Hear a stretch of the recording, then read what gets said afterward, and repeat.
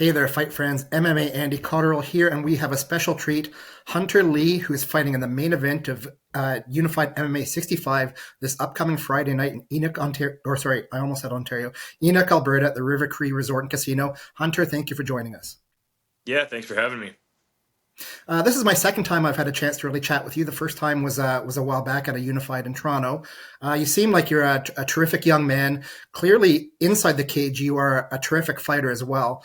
You've documented your well-known difficulties with getting good opponents, people that don't seem to really want to fight you. But I think maybe we've gotten past that. I hope I'm not speaking too soon, but you've got a good opponent this weekend, and Ricardo Chavez, known as Woody. I've seen him fight a handful of times from Mexico. He's come up here and fight. Tell us, actually, before we even talk about Ricardo, for the people who are watching this who might not be overly familiar with you, just take a couple seconds and talk about you, what your training background is, how you got involved in fighting, maybe your wrestling career. Yeah, so I had a pretty um, good amateur wrestling career. I wrestled for Team Canada for like all the age group stuff, all the way up from under 17 to I think I did the I don't know if I competed at the World Championships for the seniors, but I made the senior team at one point during COVID. I competed at the World Championships for under 17, under 20, under 23, all that. I ended up taking home a bronze medal at the under 20 World Championships, and I believe I'm still the last Canadian man to take home a medal at the World Championships for wrestling in any age group, and that's been probably 6 years ago now. Nobody else has done it since.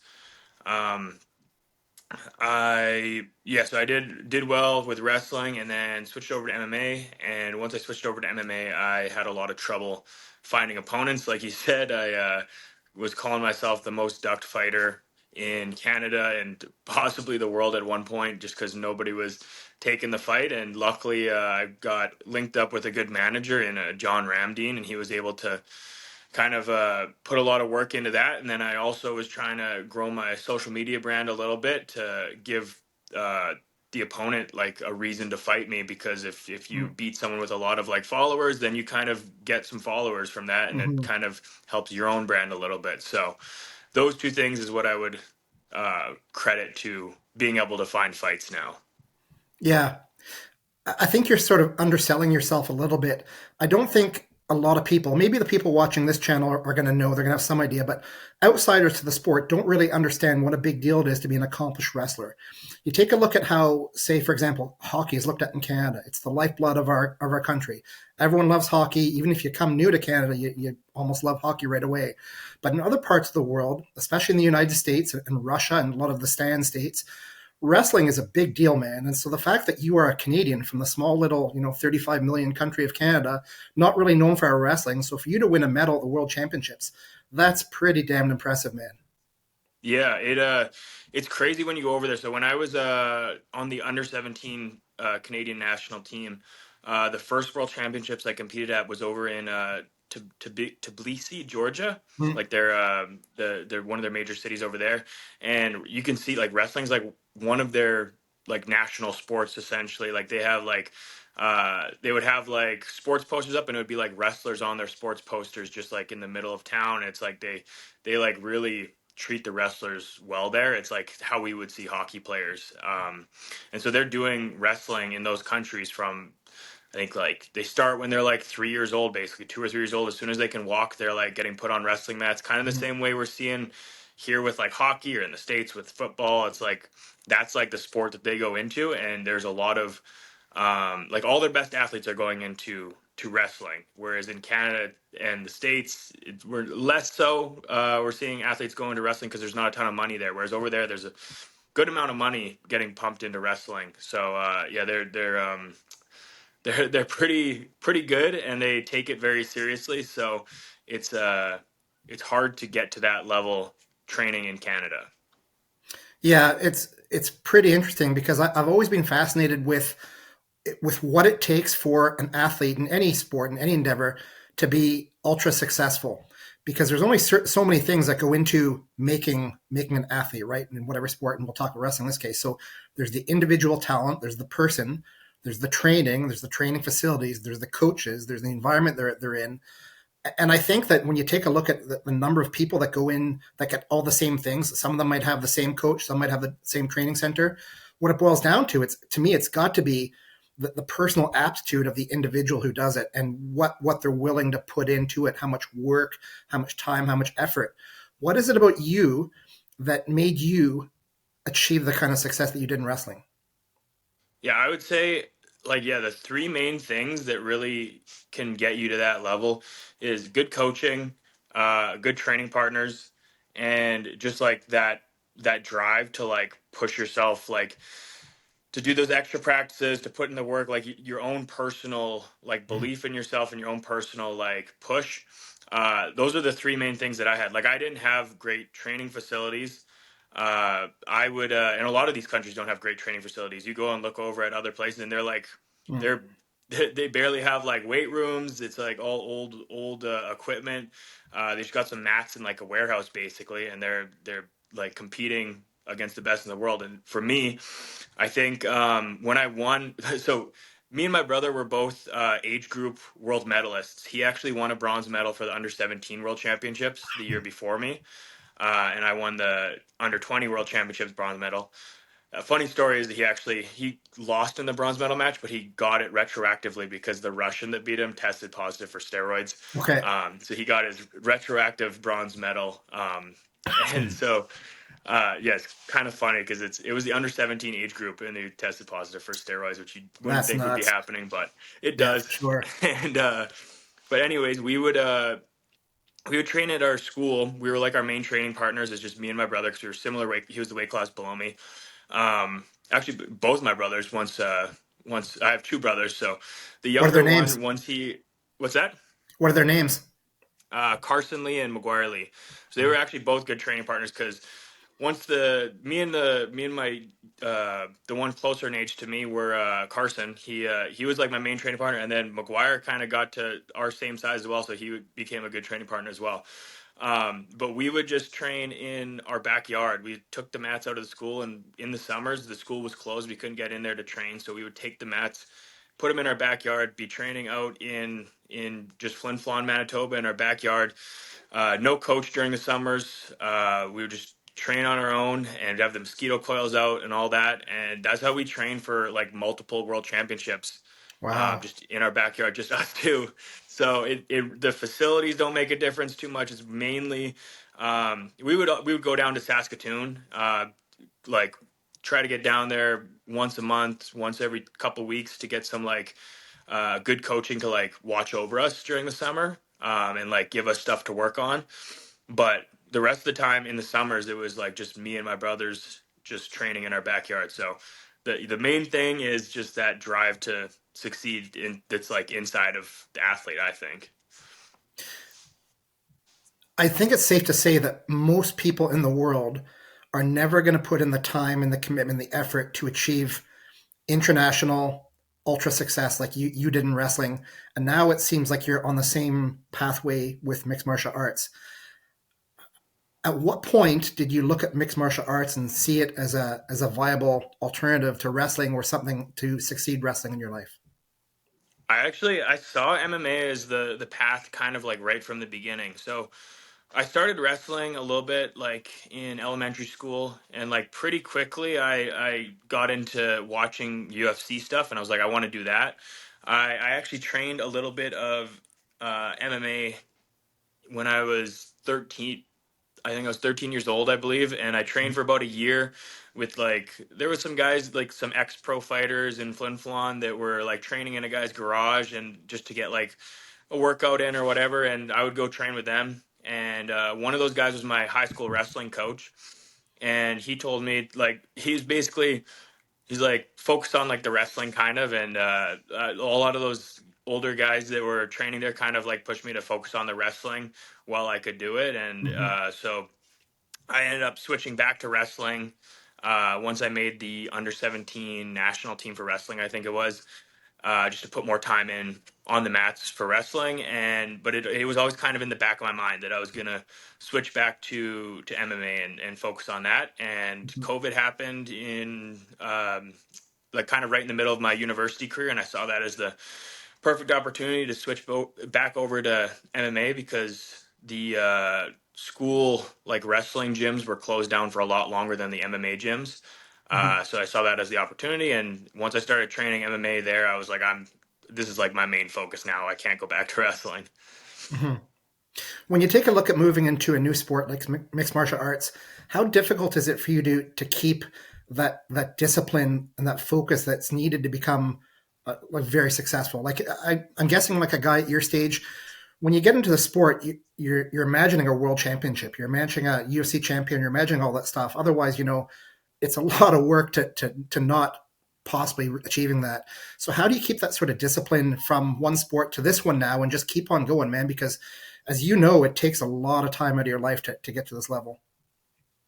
Yeah, it's kind of just yeah, same thing as I was doing in wrestling. I'm applying all the same principles, so I already like kind of see the path that I need to follow, and at this point it's just like following it, and that's kind of the part that I enjoy doing. I enjoy training. I enjoy like living that lifestyle still. So yeah, it does take a lot of time, but it's what I would like to be doing with my time anyways. So it's Mhm. I don't see it as like anything any kind of like crazy hard work to stay on task. The hard work comes in Mhm. like the form of training and trying to get fights and all that stuff. But it's hard work that I enjoy doing. So Yeah, yeah. yeah.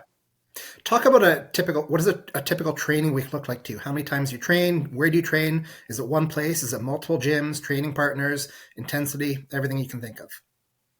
Yeah, most of my training's done at Modern Martial Arts. I'll go like once a week or so to get some boxing sparring in at like various gyms around Saskatoon. But yeah, mainly at Modern Martial Arts, and I'm mainly doing like two workouts a day, whether it's strength conditioning and a skills work, whether it's like two practices. Well, it's usually two workouts a day, and 6 days a week. Like I'll take Sunday Mhm. off, but yeah, twice a day. And then I've been trying to get out to what's called TriStar more often for my training camps, but I didn't get out Mhm. there this camp. But hopefully for the next one, I'm able to get out there for a few weeks because the training is really good out there as well. Yeah, of course it is. Yep. What do you do outside of training? Do you have a job? Yeah, I teach like mainly high school phys ed, but I'm just like substitute teaching right now. That's what Mhm. my degree is in. Do you ever see any kids in your classes that you look at them and you think, geez, you could do really well in the sport? Yeah, for sure. There's a lot of I actually like when I do my wrestling practices, we train with like a few high school kids that are around our weight, and there's two of them that are, I think they were first or second in the country for their age group for wrestling, and they either of those guys could switch over to MMA and have some good success there for sure. Let's talk about your fight career. You're 4-1 as a professional. I've seen you fight live in person once. Your last fight was your only loss, and it was a decision loss at CFFC. Talk about the decision loss, and some people say the decision loss, that means that two judges gave the other guy the win, and one person picked you to win the fight. So to me, it's probably the most disappointing way to lose a fight, just because maybe it could be nothing, right? Some intangible. One all would take one other judge to give you an extra point. You would have won the fight. What did you take from the loss, and how can you move past that? Yeah, my main takeaway is to don't rely on the judges because when I went into that decision, I knew it was a close fight, but me and my coaches both were pretty sure that I had done enough to win the fight. Mhm. I thought I easily won the third round, and one of the judges still gave him the third round, even though he never landed a single punch, and I had like Wow. 4.5 minutes of control time. So just like really, uh, the lesson I learned from that is to don't win rounds. Go in there to try to like hurt your opponent and Mhm. win the fight before getting to the end. Don't just try to like bank up rounds. I feel like I got too comfortable trying to just win rounds and being like, okay, I'm up 2 rounds. Yeah. I don't have to like I can just like kind of try to win this third round instead of being like, okay, I'm going in there to break this guy basically. Yeah, for sure. Okay, let's move on to this weekend. You're fighting Ricardo Woody Chavez in the what I believe is your first main event for Unified 65. What do you know about him? I got to actually, he's got a lot of fights, so I had a lot of film to study on him. I watched probably his last like 8 or so fights and took a lot of points from like little holes that I can see in his game. And I'm pretty confident that we're going to walk away with a finish. Yeah. So this is fight is at welterweight, correct? No, it was supposed to be at welterweight, and then they switched the opponent, and then in switching the opponent, we Okay. also switched the weight class. So is So it it's at actually 185. okay? So a middleweight, so not a catchweight, anything like that. Yeah. I know. I think I don't remember 100%, so I might be putting words in your mouth, but I seem to recall when you and I chatted last time that you wanted to stay at 185 and you didn't want to go to 170. Am I remembering that correctly? I'm always kind of back and forth. I wanted to go 170 for this one because I was like, I feel like I can make it to 170, and I wanted to get that experience in before getting to the higher level to Hmm. see how my body feels.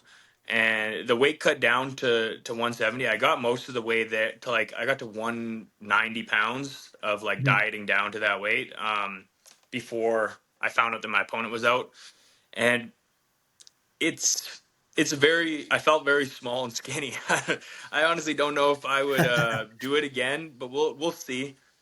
You never know. I'm in that weird space where I'm a little bit small for middleweight right now, but I'm a little bit big for welterweight.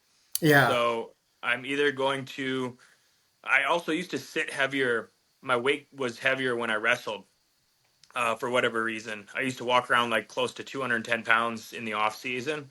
So I could easily bulk back up, sit around 210 pounds, but I am short for middleweight. So it all depends on how I'm feeling. I might try to put on a little bit of weight over the next month Hmm. after this fight and see how I feel doing that. But I could go either way. I think with a win here, I'm going to try to call for a 185-pound title shot Hmm. and do the next fight at 185 as well. But I could be down at 170 in the future. Who knows? Yeah, yeah. Deciding what weight class you're going to compete in is also dictated often by your success in the cage, right? Like Yeah, as you get further into your career, you're going to be fighting better and better fighters with bigger names, with bigger records, and with probably a lot more experience than you, or maybe the same as you. But they're going to be probably bigger guys cutting down to make 185. So there might come a point where like you're 185 and you're feeling great, but these guys are like 215 when they step in the cage, right? So yeah, I mean, that sort of stuff sort of gets sorted out once you go through the fights. yeah, for sure. Okay. Yeah. So, Unified MMA, tell us about your experience with them so far. That's where I saw you fight in Toronto. You beat Cal Kostiniak in that fight. And this one, main event, first one, that's got to feel pretty good. Yeah, yeah, I'm excited about it, especially with it being in Edmonton. It's Edmonton's. I think we're only like 5 hours away from Saskatoon, so it's close Mm. enough that a lot of people are gonna drive in for it. I Oh, believe. nice. So have a lot of hometown support there, and even just being from Canada, fighting a guy from Mexico, I should have.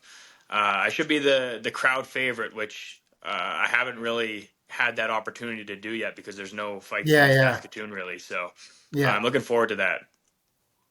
for sure. So let's take a look at your fight career. So, as I said before, you're 4-1, so you're 5 fights into your professional career. Let's talk about your trajectory. How do you envision your career going? We're going to go through this weekend. You're going to win your fight. You said you want to get a title fight for Unified after that. What's next? The way I see it going, I would love to, yeah, win this one, get a title fight, win the 185 pound title, and then I saw that they announced the Simon Marcus versus Bobby Poulter fight Mhm. for February 12th, I think. 2020. What is it? I thought it was February 12th, but I February might be 12th, wrong. something like that. Sometime in Yeah. February, for the 170 pound belt. So if one of those guys wins this 170 pound belt, I might call for that fight next and see if either of those guys want to do like a champ versus champ fight. Yeah, it is February 20th, and that would be a great fight. Yeah, for sure. Yeah, I just want to make big fights, especially like fighting in Canada. Um, yeah, I want to fight in big fights, so I want to get that title, and I would love to do like a champ versus champ, or just like take on whoever people think is the best guy in Canada around this weight. That's kind of how I see myself doing it, and ideally, I want to fight as much as possible. So that's where kind of fighting at 185 is kind of nice, where I can kind of jump between the weight classes a little bit, possibly because Mhm. I can make 185 very easily. So if I'm looking to fight like 5 or 6 times a year, then I would have to take some at 185, which is what I would like to do if I can. I think this will be my fourth fight this year, and I also had a pro grappling match as well. So Mm. 5 competitions. I'd like to do 6 next year, ideally. So uh, hopefully, I can make that happen and do some big fights while doing that. So it's not common knowledge yet, but it's looking like the UFC is probably going to be coming back to Vancouver in early 2026. I'm thinking February. In fact, I've got a date in my mind that I'm thinking of, but I don't want to say anything yet. But often, what's happened in the past few years is that Unified and Samurai they've had a fight card the night before the UFC in either Montreal or Toronto. So maybe BFL might be having a fight night around that UFC weekend. I wonder if that's something you'd consider trying to get on. Yeah, could definitely be something I'd consider trying to get on. I don't really like think too much about like what promotion or try to plan it like that. I just kind of whoever can offer me fights. That's kind of who I'm willing to. That's where I'm willing to go. I just want to fight Yeah. as much as possible, pretty much. Would you ever take a look at my hat? Would you ever consider doing a contender series? Oh yeah, I'd love to do contender series. Yeah, Yeah, it's a great opportunity. yeah. Okay, Hunter, is there anything that I haven't asked you that you think we should talk about? Not off the top of my head, no. Okay, well, man, I just wanted to thank you very much for speaking with us. I appreciate it. I think you're one of Canada's rising stars. I mean, I'm sure you hear that all the time, but when you see somebody in the cage, I've been doing this for a long time. You can tell when somebody's exceptional, and you're an exceptional fighter already, right? So like, especially with Thank you. your wrestling base and just what you've accomplished so far, I think as long as you keep the commitment that you've shown so far, there's no reason why you can't reach the top of the game in the whole world. So I'm excited to that's why I love going to local fights, because you get to see people like you who are going to be big huge names someday, and you're not there yet, and you can say, I saw Hunter Lee fight back in Edmonton, Toronto, and all that stuff. And they're, oh, did you really? Yeah, sure. It's pretty cool. So congratulations on everything. Wish you the best of luck this weekend. And is there anyone you'd like to thank before we go? Oh yeah, like there's a lot of people. I want to thank like all my coaches at my gym, Modern Martial Arts, my nutritionist Luigi for being able to track my diet through these 2 different weight classes. Um, my girlfriend Allison, my family, like there's a lot of people helped out with this camp and every camp. So yeah, there's a lot of people that I want to thank. Hopefully, I remembered them all. Okay, well, awesome. Well, Hunter, best of luck this weekend. We're going to be rooting for you. I'm glad that you're finally going to be the hometown Canadian guy versus the Mexican. So best of luck, and we'll see you soon. Yeah, thank you. Thanks for having me on.